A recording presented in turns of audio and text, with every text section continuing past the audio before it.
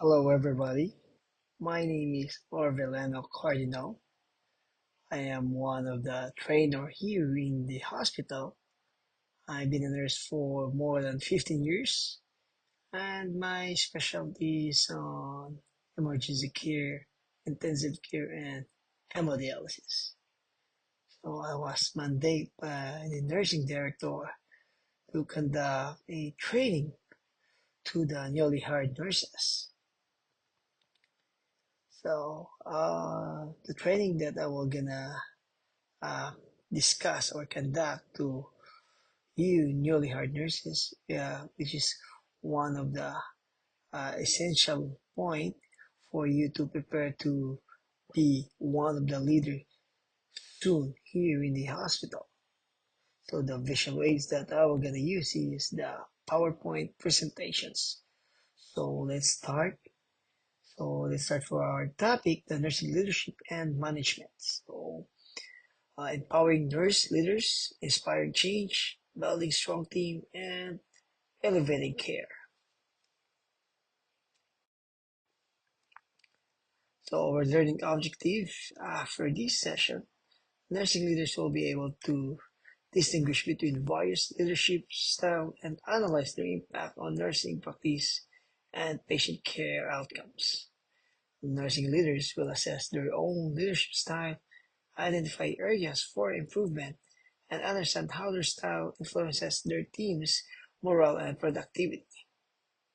Nursing leaders will be able to apply different leadership styles appropriately to specific challenges in the healthcare environment, fostering a responsive and resilient team. Nursing leaders will recognize key characteristics essential to be nurse leadership and understand how these traits contribute to team cohesion and patient safety.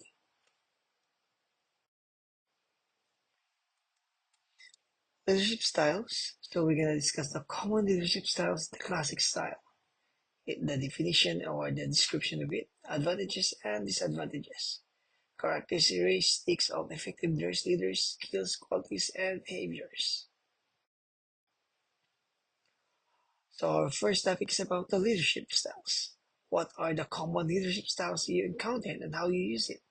So different leadership styles are needed for different situations, and nursing leaders should know which approach is most effective in a given scenario to achieve the organizational goal. So in classic leadership styles, there are three types: authoritarian, laissez-faire, and democratic or participative. First is authoritarian style. This is where a leader makes decisions without really considering the input of the staff. Negative reinforcement and punishment are often used to enforce rules. This doesn't have to be a bad thing sometimes. This particular leadership styles may be effective in an emergency with quick decisions need to be made. It resembles the traditional military command and control approach. It's top-down management. The autocratic leader is authoritarian, believes they're smart, and also knows the best way to get things done. No matter the questions, the autocratic leader has the answer. The tagline for this style is just do as I say. There are three types. Strict autocratic is one who influences the action of the subordinates by frightening, criticizing, and imposing penalties. Second, the benevolent autocratic. Though he possesses authority and power, he influences the actions of the subordinates by encouragement, inspiration, and guidance. A competent autocratic. He is one who hides his incompetence, lack of skill, and knowledge by being very harsh with the subordinates. In other words, he wields his deficiency by virtue of exercising the authority in autocratic fashion. Autocratic leaders rely on strict rules, policies, and procedures to govern the workplace. They make all decisions with little input from team members. An extreme example would be Hitler, the dictator of Germany. You have to follow his instruction and will be severely punished if you fail to meet his expectations. So that is all about authoritarian style. So what are the advantages? Crucial decisions can be made on spot when dealing with a crisis. Efficient when working with an inexperienced or new team. Improves productivity as people need to follow a proven set of systems and procedures. Disadvantage of this is inhibits team creativity as input is not needed or wanted. Team members develop a system of dependency instead of deciding things on their own. Team member morale is low as their work is routine and uninteresting. Second is laissez-faire. This is where the leader provides little or no directions or supervision and prefers to take what we call a hands-off approach, also known as delegative or free-rein style. Decisions are not really made. Changes really occur and quality improvement is typically reactive, meaning after the fact, not proactive or forward facing. Free rein means granting complete authority or devolution of entire authority to the subordinates. Managers determines the goal, policies, and programs, and decentralize everything to his subordinates. He concerns himself with the result. In other words, subordinates experience autonomy in the matter of accomplishing the objectives prescribed for them. The manager keeps himself posted with the progress of actions done in the goal accomplishment. This style is called permissive style of leadership. This type of leadership is suited where the subordinates are highly qualified, more skilled, highly competent, knowledgeable, elite, mentally mature, highly educated, etc. So known as delegative or free rein style, granting complete authority or devolution of entire authority to the subordinates. So that is all about laissez-faire. So the advantage of this, leaders are hands-off in their approach. Employees can embrace personal growth and stay highly motivated. It It facilitates learning and development opportunities because of its hands-off approach.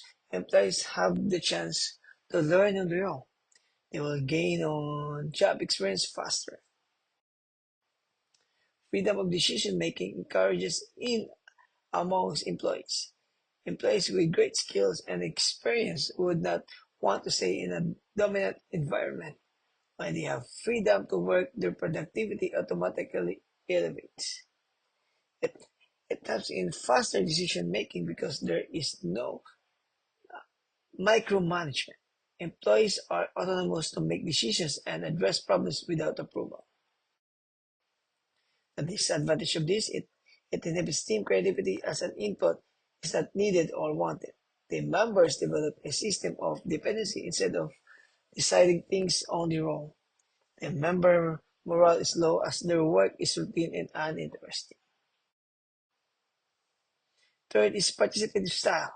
This particular leadership styles really encourages open communication and staff participation, and decisions often staff as giving responsibility, accountability, feedback regarding their performance. They, they work alongside team members, focusing on building relationships and rapport. So this is participative style. So what are the advantages? Improves motivation and morale. Performance improves due to great ownership for all members. Better employee engagement with reduced grievances and employee turnover. So disadvantage of this, taking too long to reach a decision can result in inefficiency and low productivity. So my last topic for this session is about the characteristic of effective nurse leaders, skills, qualities, and behaviors. So, in your own reflection, what is your good characteristic as a nurse leader? So, a nurse leader must have compassion and empathy, integrity, critical thinking, dedication to excellence, communication, collaboration, and team building. So,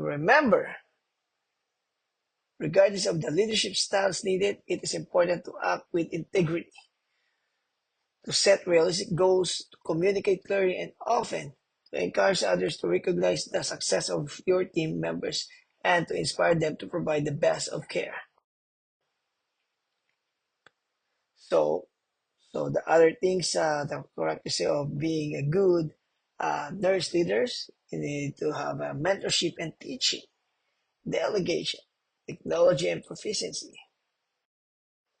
open-mindedness, time management, focus, set a good example, readiness to take on and give up responsibility, motivation, recognize and foster potential, tolerate mistakes, flexibility,